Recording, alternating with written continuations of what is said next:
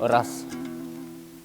Ар бирибиз үчүн эң кымбат, эң ыйык, эң асыл, эң бийик, алмашкыс нерсе бул мекен жана анын тынчтыгы.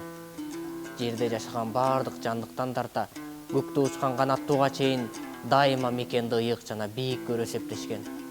Дал ошол сыңары өзөгүбүз өрттөнүп, кабыргабыз кайышып, турган ордубузга батпаган учурдабыз. Болуп жаткан окуяларга мекендин жаш атуулу катары жүрөгүбүз кайышып, өзөгүбүз өрттөнүп турган учурда турабыз. Бирок ошентсе дагы акылмандуулук менен, сабырдуулук менен бул маселени чечүүбүз абзел.